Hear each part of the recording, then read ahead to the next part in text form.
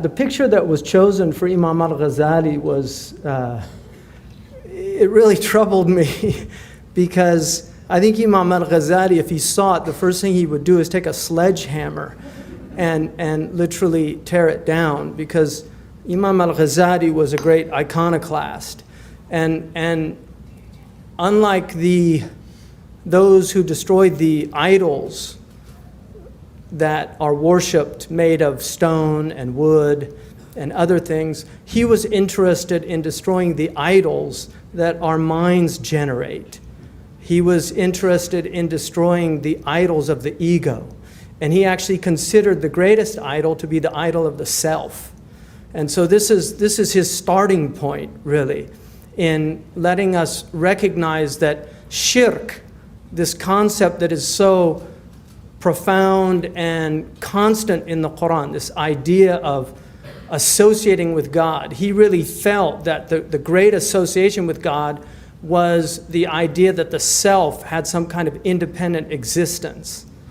And that was the idol that he was engaged in dismantling and deconstructing. And in that way, he will continue to be relevant for all time, because he set about really to articulate as best he could the way that could be done.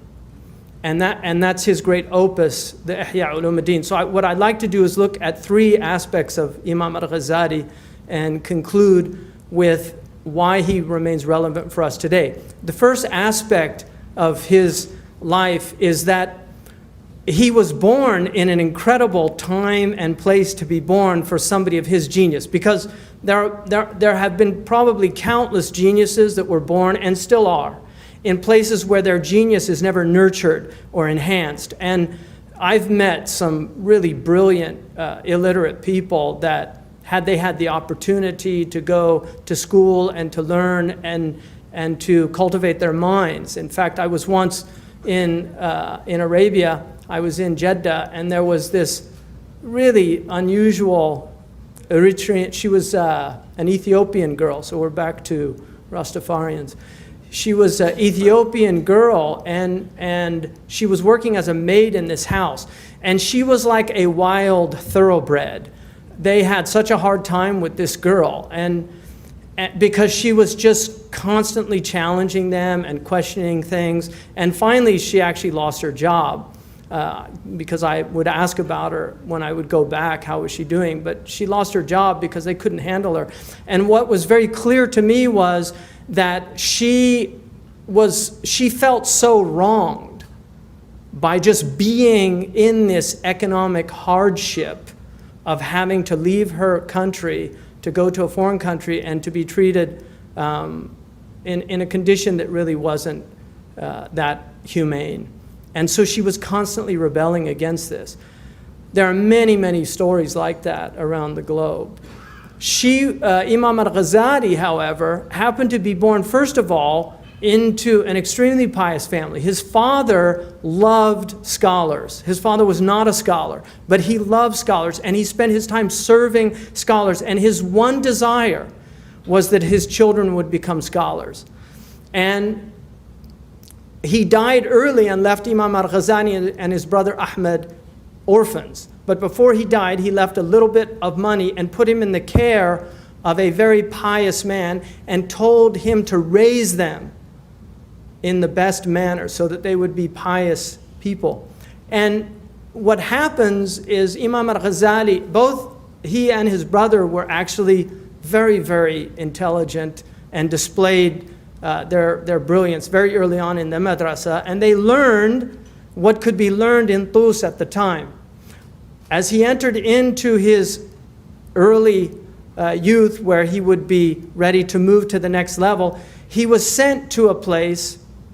He's born literally he's born at the head of the 6th century Islamic era, and he goes to this school, and it just so happens that probably the most brilliant scholar in the Muslim world was there at the time. And we underestimate the impact that this has, because, just to give you an example, the ping pong champion of Great Britain wrote a book called Ping. And in that book, he says he's going to answer the question of why he became the ping pong champion of Great Britain. A lot of people don't know that after China, Great Britain is the second most important ping pong country in the world. British people don't really do too many outdoor sports, so they're really good at ping pong. But this man said, I would like to argue that I was just this really talented, genius ping pong player. But that would be a lie. And so I'm going to tell you why I really am the great ping pong champion of Great Britain. It's because when I was 8 years old, my father bought, for some reason, a proper tournament-size ping pong table of very good quality and put it in the garage. And I happened to have a 10-year-old brother who loved to play ping pong. And so we played ping pong all day long. And so what he says is, he was sent to a school because his house was one house away in the zoning, and he happened to go to the school with the best ping pong instructor in Great Britain. And because he had mastered this thing as a child, he was prepared to have this great teacher. And he ended up being apprentice, this teacher took him as an apprentice, and he literally learned all of these things that he would not have learned in another place. And so we forget, this is the element of qadar. And we forget about this, that we would like to take credit for a lot of what we do and who we are, but so much of it involves other things that have nothing to do with us. It's pure circumstance. One of the things Robert Frost said in a beautiful poem, if you should rise from somewhere up to nowhere, from being somebody up to being from being nobody up to being somebody, be sure to repeat to yourself, you owe it to an arbitrary God whose mercy to you rather than to others won't bear too critical examination. Stay unassuming. If for lack of license to wear the uniform of who you are, you should be tempted to make up for it in a subordinating look or tone. Beware of coming too much to the surface and using for apparel what was meant to be the curtain of the inmost soul. Imam al-Ghazali was a nobody who became a somebody.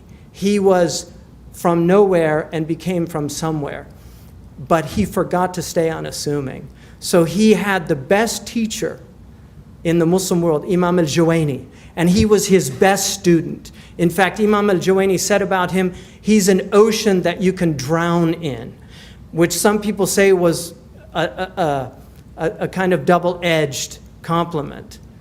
Imam al-Ghazali, at a very early age, mastered all of the sciences at that time, and that was a place where they were learning all of these intellectual tools. He mastered logic at a very early age, and one of his first books was a book on logic. He mastered grammar. He mastered rhetoric. He was a rhetorician in both Persian and in Arabic. He wrote, his poetry is not that extensive, but he was an excellent poet. He's one of the finest literary stylists in the Arabic language, and this is something notable because many of the scholars who write in tafsir, while they write in good Arabic, they're not known for their literary style, whereas he constantly uses extraordinary metaphors, stunning turns of phrases and tropes and figures. And so he's a delight to read simply as a literary, a piece of literature. But what was happening to Imam al-Ghazali is he was learning very quickly that to be clever and brilliant was something that impressed other people. And in that culture, which took education very seriously, it was a way of advancing yourself. And he became very obsessed with this. He could pretty much win, and he did. He won every argument he ever got into. And he became, according to his own statement, he became intolerable as a person. And at a certain point, he latches on to the coterie of one of the rulers at that time, a minister. After finishing with Imam al-Juwayni, he comes to him and enters into his court and becomes one of the court scholars. And this was a way of career advancement, what we would today call scholars for dollars. So he was in this environment, and this minister, who Nizam al-Mulk is one of the most extraordinary characters in in Islamic political history. He himself was a scholar of his own weight. But he recognized that al-Ghazali's genius could be used to forward he had an agenda, and that agenda was to establish a certain type of Sunni normative Islam, a Sunni orthodoxy, because he was living at a time where you had Ismaili batinists, these were esoterists who wanted to esotericize Islam to where the outward meanings were really not important, but it was the inner message of the tradition. And so he goes then and begins to write polemical writings against the batinists and against others. And at the same time, he's writing books in a really large spectrum of interest. He had a vast encyclopedic mind and was capable of grasping very, very difficult concepts. So he goes, and in the 590s Islamic era, he in a period of about 4 years, he has this immense output. He writes a critique. First, he writes a book on what are called the aims and purposes of the philosophers, maqasid al-falasifa. And then he refutes those aims and purposes in another book, which is called Tahafut al-Falasifa, which 100 years later leads to the refutation of Averroes or Ibn Rushd, called Tahafut al-Tahafut, which is the incoherence of the incoherence, because he called it the incoherence of the philosophers, also the deconstruction of the philosophers. So at this time, he's got this incredible output. He's made in his 30s, he becomes the head of the Nizamiya, a head professor at the Nizamiya in Baghdad. And this would be like being appointed to the head of Harvard, one of the chairs of Harvard, at a very early age. And in the Muslim world, this was really unprecedented. So his classes would bring literally thousands of people. These were done in very large masjid in Baghdad, and not just students could come, but other people, a time of incredible intellectual activity. So all these people are coming, and Imam al-Ghazali gives dazzling speeches, he gives incredible classes, very eloquent, everything at his hands, literally, all the tools of knowledge. He pretty much knows everything there is to know, and this was said in the pre-modern world, this was something that was quite possible. You could literally master what was known at the time. I mean, we forget that the Encyclopedia Britannica of the first edition, I think it's in 1734, has 3 volumes. It was quite small because this explosion of information that occurs in the 19th and 20th century. Prior to that, somebody like Goethe could literally be a master of what was capable of mastering in terms of outward sciences during his life. This is what Imam al-Ghazali did. But he himself was struggling. He was profoundly troubled by his own state. And he wrote his autobiography, Munqidh min al-Dalal, which is the savior from error. And what he does is he categorizes 4 types of knowledge. He argues that there is the knowledge of the philosophers, which is a rational knowledge, the knowledge of the theologians, which is a knowledge that has rational component and a component of revelation, and then the knowledge of the esotericists. And philosophers at that time would also be what we would call today scientists, because they understood that natural philosophy was actually a branch of philosophy. So they considered scientists to be natural philosophers. So he would mean by today, he would categorize the scientists under that category. People like Dawkins and those who expound a materialistic view of the world, the taba'iyun, who were called the naturalists or the materialists, or dahriyun is another term that was used. So what he does is he basically, he writes this incredibly revealing autobiography about his own crises, and he tells us what happens to him. And basically what happens is he goes to the masjid to give his lecture, and there's all the students, and he is incapable of speaking. He can't speak. And he said that for the year prior to that, he had wavered whether to set out on this path or not to. And what he meant by it was the path of realization, because the third category of knowledge that he argues were called the esotericists. They were people that claimed that there were certain people that had special knowledges that were inaccessible to other people. And we just had to follow these people. And then finally he said the last claim was to the people of tasawwuf, who argued that knowledge was the knowledge of experience, of taste, and that real faith came from experience and not from a set of logical propositions that you memorized in a textbook. And so he studied each of the previous ones, all three, and he mastered each of them. And what's interesting about al-Ghazali is he did not suffer fools lightly, but the reason for that is because he had really taken all of these arguments to their logical conclusions. And he argued that sectarianism is based on people not taking their arguments to their logical conclusions. He felt that the sectarian mind was a superficial mind because they were trapped in an inability to exhaust their own thought and realized that their own thought, if they exhausted it, was actually a dead end. And because he went to the end of each of these positions and realized that they were dead ends. And in that way, there's a postmodern element to Ghazali, which is very interesting. What he's arguing is these narratives, these grand narratives that these groups erect and then really become idols that they put up, can actually be dismantled if you use the right tools to dismantle them. And this is what he does. With each group, he dismantles their arguments. The only group that he said that he could not dismantle was these people of tasawwuf, because what he said was their argument was not a rational argument. And he had all the rational tools to fight these other groups. Their argument was an argument of experimental psychology. What he was saying was that what they were arguing is that this is a science of the self that can dismantle the self and allow the self to perceive the reality of the self.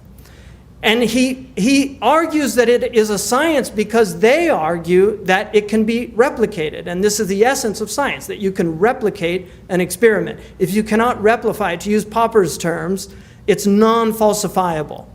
Popper would say religion is non-falsifiable, which is the problem with it. Only something that's falsifiable, that we can actually test it empirically, that we can actually establish it as a science. What al-Ghazali says is what these men and women have argued historically is that if you do these things with these preconditions, you will have the same journey as everybody else that has taken this journey. And it will lead to the same certainty that gave these previous peoples. Here's the map. He argues that you need a guide, although he himself, it's arguable that he did not take a guide. But he argues that you need a guide. He gives you the map. He tells you what you need for the journey. And then he argues that you have to set out on the journey. He can't help you after that. But what he says, and the reason why he's called the proof of Islam, is what he says is, I took this journey and the destination is real. This is not a fantasy place. This is not Wat-Wat, Wat-Wat in the stories of Sinbad, this magical place somewhere in the east. This is not Wat-Wat. This is a real place, a place of presence, of experience, of ecstasy, because the word wajada in Arabic, which means to find, also means to enter into an ecstatic state. And this is what he's arguing. So when he has his crises, he decides to set out. Now he has, prior to this, written some of the most important books in the history of Islam. People know him for the Ihya. The reality of it is his single most important book historically has been the Mustasfa, which is in Usul. And Eric Ormsby, I think, rightly argues in his biography of Ghazali that Ghazali was essentially an Usuli scholar. This is his great opus, is the Mustasfa. And when I asked Shaykh Abdullah bin Bayya, one of the greatest Usuli scholars living, if he would, this is the question that I always pose to scholars. I asked him, if you were on a desert island, you could only take one book with you other than the Quran and the Hadith, which would it be? And Shaykh Abdullah told me al-Mustasfa by Imam al-Ghazali, which is usuli text. And he adds things to our usuli tradition that Imam al-Juwayni, who was his teacher, began to develop, but Ghazali himself took it to the next level. And all of usul after Ghazali is dependent on Ghazali. This is a fact of our usuli tradition. So we forget that he was a great usuli scholar. He was a great moral ethicist. He wrote Mizan al-Amal is one of his books on moral ethics. He wrote that the book he never left home without, although he memorized it, he still carried it in a physical book, was Raghib al-Isfahani. He'd put it to memory. And this was something that he'd learned on a journey after he'd come back studying. He was on his way back home, and he had all of his books and on a donkey. And the brigand who robbed this caravan took his books, and he begged him to leave his books. And he said, why should I leave them? He said, that's all my knowledge. I spent 3 years gathering this knowledge, so please don't deprive me of it. And he said that the brigand laughed. And he said, what kind of knowledge is it that a brigand can steal it from you?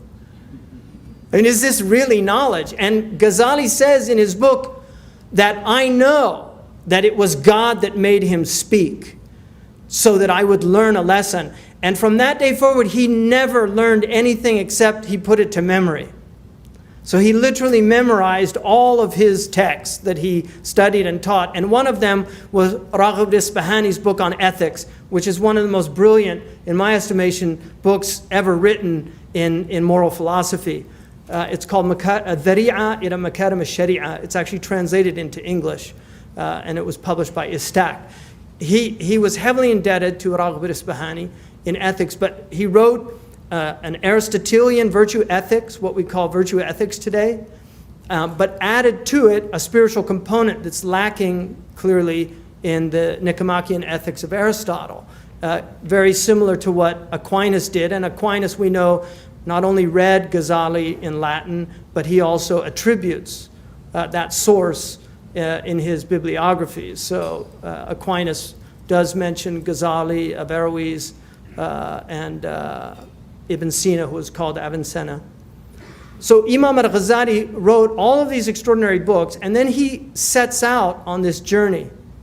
He realizes he has to leave because these doctors come and they look at him, they take his pulse, they look at his urine, they do all the things that doctors at that time did, and they said that he was suffering from melancholia. And it's very common in the humoral theory, which was a theory very dominant in the Muslim world as well as the Greco-Roman world, and is still used in Catholicism. They still actually believe in the humoral theory of temperaments. But the argument, most scholars are choleric by nature. In fact, it's the choleric temperament that enables a scholar to study as much. But if a scholar studies too much and is too prodigious in his output, he falls into melancholia, which is the Saudawi personality. So he goes from the Safrawi to the Saudawi. So what they argued was that he has exhausted himself. There's so much output that he has exhausted himself. What al-Ghazali realized, and this is part of his genius, was the reason he had exhausted himself is because he was relying on himself for all that he had done prior to that. That his entire corpus to that point was based on his reliance on his self. It was all from his self, that he was just putting out from his self. And that's why his self was exhausted, because he couldn't do anymore. And at that point, he couldn't talk. And so the very thing that had elevated him and made him the most extraordinary scholar in the Muslim world had also ended up ending his career. It was the tongue, and we forget the power of the tongue. The pen is mighty, but the tongue is mightier. Because of his tongue and his eloquence and his brilliance and his abilities, he was able to rise from a cobbler's son, a weaver's son, to the highest academic position in the Muslim world. And yet he'd realized not only was he a complete phony, but he could no longer play this game with himself anymore. And he said, it was God that did this to me. And he thanked God for that gift. And then he decides to set out on this journey. And for the next 12 years, he takes a journey. And this journey will take him all over that part of the Muslim world at the time. He spends 2 years sweeping the mosque in Damascus. Now, you can imagine this is like somebody whose stature is so great intellectually. In our culture, this would be like the head of Harvard becoming a janitor in the National Cathedral and telling nobody to abase himself. And then he goes to Jerusalem, he writes, and he's writing during this time, but he said practice was always difficult for him. It was always easier to open a book than to practice. And what he does during this time is what he calls riyadha, which is the spiritual disciplining of the soul. And that's why he writes considerably about riyadha. Towards the end of this period, he writes his opus magnus, which is the Ihya Ulumuddin. He gives it the title, Reviving or the Revivification of the Sciences in the pre-modern sense of that word, not like we use it today, but in the Latin meaning of it, of knowledge, scientia, the sciences of the religion. And he begins with a book called Kitab al-Ilm. This is the book of knowledge. And what he argues in there is that the people that are known as the mutarassimun, he calls them formalists, the people that stop at the letter of the word, that they spend their lives discussing words. He argues that these people have destroyed Islam. And he really challenges them. If you read the Ihya, what you will find is that it's constantly, for scholars, it's one of the hardest books to read because he is constantly calling you a hypocrite. And the reason he's capable of doing that is because he was the best of the best. And he knows the heart of the scholar. He knows the place of stature in the scholar's world, of the applause and the love of bravo. He knows exactly what that means, the accolades that one gets for their cleverness, for their production, for their brilliance. He was the cleverest of them all. And this is what he argues in that first book. He said, you're all fooling yourselves. And I know, because I was one of you. And then he says, he basically argues that real knowledge is not all of these words. It's something much deeper than that. The words are necessary, but they are only a necessary. They are not a sufficient cause for the purpose of this. And then he will argue that the real purpose of this religion is to know God. It is about ma'rifah. It's about realization of God. But he says, but I'm not going to write about what he calls mukashafa, about the unveilings that will occur to people that take this religion seriously. What he says is, I'm going to write about mu'amala. I'm going to write about how you can achieve this state. And here's my book. And I divide it into 4 sections, quartos. The first section is going to be about the secrets of why we do all these things. What he says is, don't be content with simply doing wudu. There are Muslims now, when they go into the bathroom, it's just this quick thing, and they see it as something they have to do before they do wudu. My own teacher, Murabt al-Hajj in the Sahara, I used to do wudu next to him, and he, on average, would take about 10 minutes to do wudu. It was really quite extraordinary to watch him do wudu. And I realized from his wudu that for him it was an act of ibadah. He was not simply doing a ritual. He was actually experiencing, because we know that the Prophet ﷺ said, when you rinse your mouth, the sins of your tongue flow out with the water. In the Shafi'i madhab, the water of wudu is considered polluted. You can't actually use it. You have to dump it. Water plants with it, but you can't drink it or use it because it's polluted by the sins that have been washed away. And so Imam al-Ghazali is arguing that there are secrets to purification. And he says that when the Prophet said, "At-tahur shatr al-iman," purification is half of this religion, he said, do not think that he is talking about this water ritual that we do. He is talking about purifying the heart. This is what he's talking about. And this is only symbolic of that purification. And he talked about a man, the Prophet ﷺ said, what do you say about a man who lives beside a river and bathes in the river 5 times a day? Will you see any filth on him? And they said, certainly not, Ya Rasulullah. And he said, this is like the man who washes himself and then prays 5 times a day. This is what he is doing. In other words, what the outward washing is to the body, the inward reality is to the soul. And then he argues about prayer and what the purpose of prayer is. He says prayer is entering into the presence. And the reason that you say Allahu Akbar is you are pushing this world away from you and putting it behind you, and you are entering into a state of presence with your Lord. And then he says you begin Alhamdulillahi Rabbil Alameen. Praise be to the Lord of the worlds, the merciful, the compassionate. Ar-Rahman Ar-Rahim, Maliki Yawmiddin, the sovereign of the day of judgment, or the master of the day of judgment. And then you speak directly. This is in Arabic called iltifat, where you move from a third person tense, what they call khitab al-ghaib, to khitab al-hadir, where you move from speaking to somebody who's absent to speaking to somebody who's present. Iyaka na'budu, to you alone we worship. Iyaka nasta'in, to you alone we seek help. That this is, he says, this is what the Fatiha is. It's to enter into the presence of your Lord. It's not just to go through these motions, this perfunctory act that you have to do 5 times a day. That this is about coming to intimate discourse with your Lord. And then you speak to your Prophet directly. Assalamu alayka ayyuhan nabi. Peace be upon you. That's not salamu alayhi, assalamu alayka, because you understand that there is a spiritual presence. There's a spiritual presence. The Prophet ﷺ said, "Tu'radu alayya a'malukum." I see your actions. This is a Sahih Hadith in al-Bazar. I see your actions in the grave.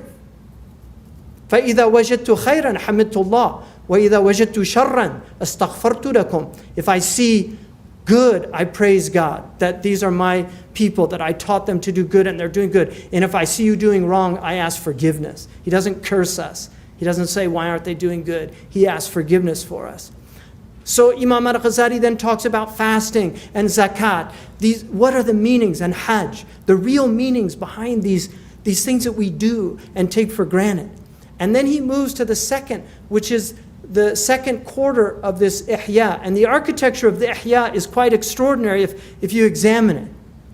He moves to the second quarter and he shows that you have daily things that you do. We were talking today about sacred monotony. This idea of doing these things that we do every day and they become our practice. Like the master archer who goes out every day and practices until it becomes effortless.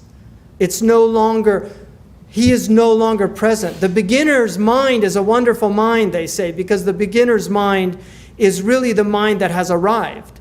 Because the beginner is always present. Because they're so worried about getting it right. If you watch a beginner driver, I love when I drive by these schools, you know, these driving schools. I love watching these people learning how to drive. They're usually about 16, and they're in there, and they're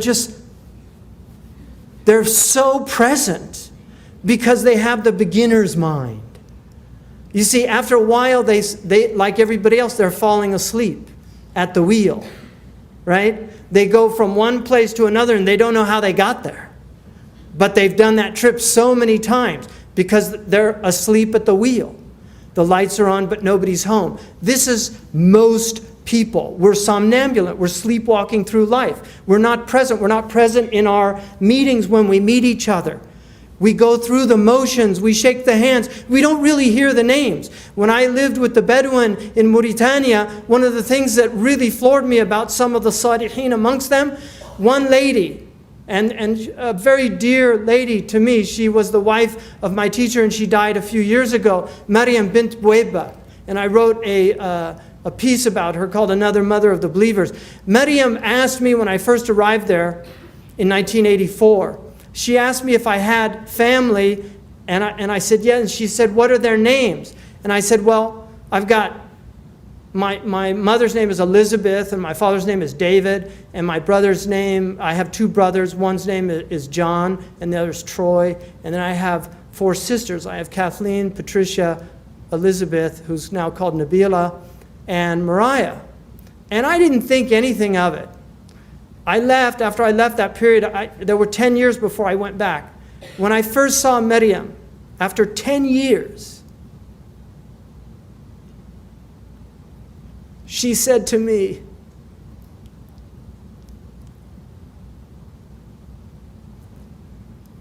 "Kaifa David? Kaifa Elizabeth? Kaifa John? Kaifa Troy? Kaifa Mariah, Patricia?" And she named all of my family. And it just really, it was such a dagger to the heart, because I realized she wasn't just asking to chat. She wanted to know their names, and she internalized their names. And 10 years later, she could recall names that she'd never heard in her life, because they're not Arabic names, and she only knew Arabic. And I was just so stunned, but she was a present human being. She did dhikr all the time. That was her life. She spent her life serving the students of that place. She knew every name of every student that ever came to that. And Aisha met her and remembers her, you know. She was present. And this was from practice. This was from just the monotony of every day working on your presence with God. Because when you're present with God, you're present with the creation of God. You start noticing things like the wind in the trees. You start noticing the subtleties of everything that's around us. It becomes real. And this is what Imam al-Ghazali is arguing. And so he has the book he begins it with eating and drinking. We eat with no presence anymore. People used to take time before they ate and said grace. Even in this country, people would stop before they ate, and they would thank their Lord for the gifts which they were about to receive. This was common practice, being present with food. People used to be present when they cooked food. They cooked food with love. I had one teacher, one of my teachers, Omar Malahji, his wife would cook her food, doing prayer on the Prophet the entire time with niyatu shifa, that God would make that food a healing for the people that ate it and make the energy that they derive from it used for worshiping Allah. They would only buy from grocers in Medina that they knew prayed 5 times in the prayer in the masjid. They would go out and pick their own animals and sacrifice them, because they didn't want to buy meat from these butchers that they didn't know how they were treating the animals. This is a real family that I have visited over the years. It is a fact, and I guarantee you many people have experienced this. If you go and have eaten a full meal, and you go there and they serve you food in the house of Omar Malahji, you will not get indigestion by eating a second meal immediately after that at his house. And many people have testified to this, because they will force you to eat. They will say, kul. They say, kul karrijal wa ibka jimal. You know, eat like men and drink like camels. That food was made with presence. We forget, people don't have energy anymore. How is your food being manufactured? How is it being grown? How is it being cooked? Because this is where energy comes from. It comes from, that's the sabab for the energy that we live on is caloric. It's heat derived from these means that God has given us. So he talks about being present when you eat, chewing your food, being grateful, not putting another morsel in until you finish chewing the morsel that's in your mouth, because he says this is from gluttony. To don't eat quickly, to eat with gratitude. Never mention death at the table. He says death is not an appropriate, because he said if your heart is alive and people mention death at eating, you should lose your appetite, and if you don't, it's a sign that your heart is dead. Wendell Berry the other night talked about people now reading about massacres or watching them on television while they're eating their dinners. And it has no effect on them. This is from deadened hearts. We're no longer feeling. And then he moves into, he ends this chapter. He begins the next section with the section on the wonders of the heart. And this is the section where he deals with what he calls the muhlikat, those things that are destructive to us. And the muhlikat, in his understanding, are the vices that will kill the heart. And he talks about pride and arrogance, and he distinguishes between vanity and arrogance. He says vanity, all you need is a mirror, but arrogance always requires another person. So the vain person simply needs a mirror to admire himself, but the arrogant person needs another being to oppress. And he talks about the roots of these, and much of it is related to death, the fact that people have forgotten that they're going to die. And then he ends this section with the book of delusion, or what we would call illusion, the internal state where we completely misread ourselves. We don't know who we are. The Arabic word, the Roman word for personality, persona, means mask. In Arabic it's called shakhsiyah, which comes from a word that means a shadow. So the personality is a shadow, it's an illusion. Who you think you are is not who you really are. Who you are is related to your historical narrative, where you were born, where you grew up. If you speak here like a Kentuckian, you have a certain way of speaking. But if you grew up in New York, you would be speaking like a New Yorker. These things have nothing to do with your personality. They're simply the circumstances you find yourself in. And he says that to get out of this delusional state is the beginning of the path, to want to get out of this state, to recognize that you're in it.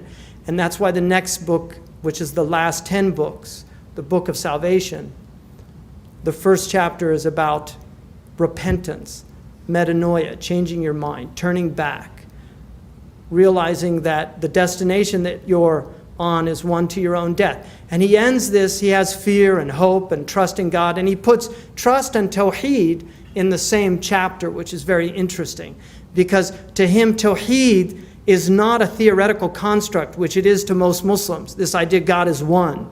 No, to him, God is doing everything at every instant. That is Tawheed. And Ghazali is arguing that if you really understand this, you will have utter trust in God. You will put all your trust in God because it's all God. God is doing everything in every instant. And this is why if you're not content with your circumstances, he argues you're not content with God, because it's God that put you into those circumstances, but what God is asking you to do is respond to them appropriately.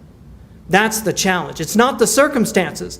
The challenge is the power that God has given you in your will, your irada, to actually take your circumstances and respond appropriately. And there are only 4 circumstances and 4 requisite responses.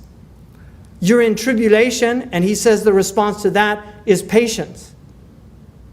You're in a situation of blessing, And you have to respond to that with gratitude, and that will increase you. And if you don't do those things, what he says, if you're in a state of gratitude and you respond by heedlessness, the blessings will be taken away from you, not as a punishment, but as a reminder to pull you back.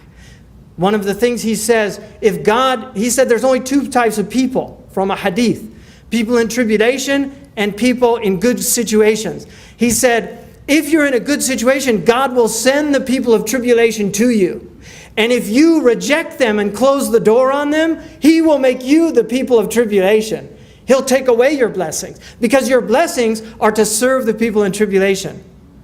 These are the awakenings that he's trying to instill and inculcate. And this is why, as you read this book, a transformation should occur. If it doesn't, you haven't read the book. But the book is not to be read once. In the Hadrami tradition, the 40 books were read one book a day for the rest of your life. And this is what the Hadarima did. Every 40 days they would do a khatam of the Ihya and start over again. And I was fortunate to be in one of those gatherings with Sheikh Ali Balfaqih, a Hadrami scholar, and he literally could finish the sentences by rote of the Ihya because he knew it so well. And when we would read it on Thursday nights, we would go to his house and we would read it, and he would literally correct he was blind, he couldn't see, and he would correct with the readers when they would read. If they made a mistake, he would correct them. It was really quite an extraordinary experience for me to see somebody who had completely internalized this.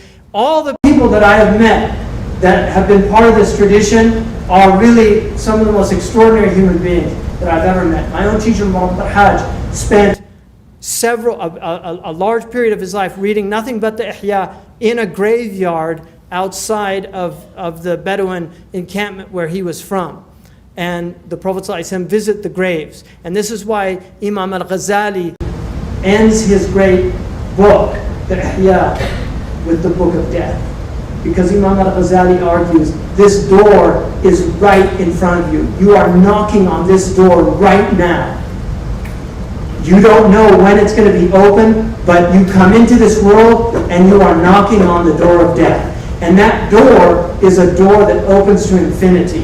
And he's saying you are here for this finite period of time. And it's such a great gift to be alive, to be a human being. It's a great gift to be a rock as opposed to not existing at all. It's a greater gift to be a flower. It's a greater gift to be a tree. And it's a greater gift to be an eagle. But what a gift to be a human being, to be a conscious human being, created on the doors of eternity. Literally created on the doors of eternity. And this is what he is constantly reminding us. And he's saying, you're on this journey, and you're either conscious of it or you're not. Once you become conscious of it, you have to become an active wayfarer, not sleeping on the bus, but driving the bus, making sure that it didn't take a detour down the wrong road. Because all the roads lead to death, but only one of them leads to a good death. And that's the road of ihsan, of being a beautifier, being somebody that makes the world a better place than you found it. That when you leave the world was better for having you in it. And this is the ultimate criterion of a human being, whether they lived a worthwhile life or whether they squandered their life in frivolity, vacuity, and stupidity. And he uses the word stupid many, many times. Many times. He doesn't shy away from that word, because all of us know that we have elements of stupidity in our lives. Nobody's free of this. But to not squander, to not squander this life is the essence of intelligence. Whether you're a street sweeper or a professor, a doctor, a judge, a lawyer, whatever you're doing, if you're doing it with purpose, intentionality, purity of end and means, then you're doing the right thing. It doesn't matter what you're doing. I would argue that we're in one of the greatest crises that we've ever been in as a community, the Muslims. And I'll conclude just by saying a few words about this and why Imam al-Ghazali is so relevant for us today. Imam al-Ghazali hated sectarianism because he felt that the sectarian mind was a provincial mind. It was a mind that was incapable of seeing universals, that it was trapped in the realm of particulars. And he also recognized the concept of the wayfarer. And my father, who taught philosophy and humanities at the university level, spent a good deal of time with Aquinas and a lot of time, more time with Plato probably. But he knows the Western canon very well. He spent his life reading and rereading it. He saw a film about Imam al-Ghazali, and he asked me, is this man in translation? I said, yes. He said, could you get me the book? So I gave him several books of Imam al-Ghazali, including The Alchemy of Happiness, the 2-volume version. And he devoured those books. And when he finished, he told me 2 things. He said, I know my tradition reasonably well. And he said, and I can honestly say to you, I don't think the West has ever produced a Ghazali. And coming from him, for me, that was quite a statement. The second thing he said, if you spend the rest of your life just reading this man, it won't be a life wasted, an intellectual waste of a life. But the purpose that al-Ghazali makes very clear is it's not about reading me. It's about taking what I've written and writing your own story with your life, being these meanings, embodying these meanings. And that's why he's Hujjat al-Islam. He is the proof of Islam. And in this age that we're living in, when men of religion and women of religion are so few throughout the Muslim world, I can honestly attest to the fact that I've met many very devout Muslims, but it's rare that I've met these types of people that are transformative by being in their presence, that the work that they've done and put into themselves. And I've met women and men of this caliber and stature in the Muslim world, and they have always had the same effect on me. And these are the people that Imam Ghazali is calling us to be, because we need more people like this. The imbalance on this planet is from the lack of people of stillness, of people of presence. The Quran says that when the hamiyat al-jahiliyyah, this zealousness and fanaticism of the Jahili people riled them up, Allah says that He sent down His sakina, His tranquility on the believers, on the Prophet and on the believers, that the response to fanaticism and zealotry is sakina. It's not more fanaticism and more zealotry. But sakina is not something, it's something that God will descend upon hearts that are open to it. If the hearts aren't open to it, they won't receive it. They'll miss it in their own agitation. And so Imam al-Ghazali is really, to me, an antidote to so much of what we're seeing out there, all this madness. I think they would be shocked at the type of Islam and the lack of community. We've got a lot of good Muslims. Everybody in this room, you're good people. But our community, our ummah, when we saw what was done to Gaddafi when he was captured, that brought shame on our community as a community. It brought shame. And if it didn't bring shame on you, then shame on you. Because our Prophet ﷺ, when he came into Mecca, he came in with his head bowed. When he had the power to crush the people that had crushed his people for 20 years. When he had them in his power. And they said, what are you going to do with us? And he said, لا تثريب عليكم اليوم. He said what Joseph said. There's no blame today. This is not a day of blame. Hind, who had bitten into the liver of his own uncle, his beloved uncle, he sat with her and spoke with her. And it was painful. When he met Wahshi, he asked him to tell the story of his killing his uncle. And when he got to the point where he pierced him, he said, "Kuf anka hasbuka," it's enough. And tears were flowing down his eyes. And this was the necessary confessional that they did in South Africa, where they made these criminals come before the South Africans and tell them their crimes. Speak their crimes, because this is how we purge these things from ourselves, by admitting these things. It's not about public humiliation. It's about people taking responsibility for their actions. And a great opportunity was squandered. But this is the crisis that we're in, and we have an immense amount of work. I want to thank a few people in here, Dr. Paracha for coming.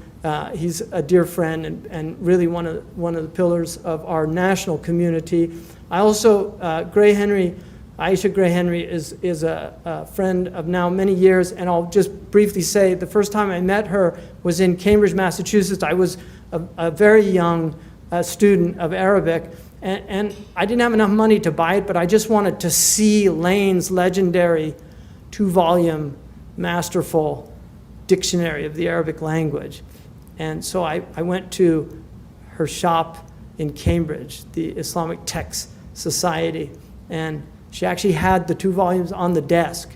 And I told her, I just want to look at this book. I'd love to buy it, but I can't afford it. And she said, "How much money do you have?" And I looked in my pocket and I had 10 quid. And so she said, "Just give me 10 pounds. I gave her 10 pounds. I think it was about 55 pounds at the time. And she gave me this 2-volume, which I still have in my library. This was over 20 years ago. And we've been friends. That's a good way of gaining a friend quickly, being generous. So she's been a dear friend. She's from a beautiful family, Kentuckian family, from the founders of Louisville. And I want to also acknowledge another great Kentuckian family, the Binghams, Eleanor Bingham's here tonight. These are the really the families that built this city, that put their money and their lives and their civic service into this city. And those of you who have migrated to this city from other places, acknowledging these are the a'yan, they're what the Arabs call the mala. And it's important to acknowledge these people and seek their counsel and work with them to better this community. And also, I would have much rather had the great Coleman Barks come up and recite some Rumi for us, but one of the great poets of America came tonight, Dr. Coleman Barks. And I'll just say one thing. Rumi, like Ghazali, is what I call a transhistorical figure, because they speak across centuries. Some people speak to their time and their place, but these people speak to every time and every place, not on every detail. Sometimes they're men or women of their time, but on these great issues, they speak across centuries. And that's why when we read them, they affect our hearts. And Coleman really single-handedly has opened up to a generation of Americans the great wisdom teachings of our tradition, of which Rumi is only a voice. He's one of the greatest voices because he was gifted in that, but he is part of a tradition, and we forget that. Rumi, in that way, is not saying anything from Jalaluddin. What he is reiterating is these eternal truths that were given to our Prophet ﷺ, and that's why he, in the end, is a student of our Prophet Muhammad. Imam al-Ghazali is a student of our Prophet Muhammad. I want to thank the community for coming out in support of Zaytuna. I really hope that in the coming years you see the fruit of this. We have immense potential. May Allah give us tawfiq. And also Peter from the Couriers here, he wrote a very nice article the last time. I'm not going to hold you to that. This time you can write whatever you want. It's a free country and a free press. Last I heard, anyway. So God bless all of you. Barakallah fikum. I really thank you. I thank Dr. Ihsan Bugby, who's a great servant of this community and rightly honored tonight. May Allah subhanahu wa ta'ala elevate all of you, increase all of you. Bring you closer to God, bring you closer to Allah. Allah is closer to us than our jugular vein. It actually says carotid artery, but jugular vein sounds nicer in English, so it's usually translated as jugular vein. But the carotid artery is the artery of consciousness, because all you have to do, every doctor knows, you want to knock somebody out, just put your thumb on his carotid artery and he's gone. And God is closer to us than our own consciousness. So may Allah make us conscious servants of the one true, living, eternal Lord of all the worlds. Assalamu alaikum wa rahmatullah.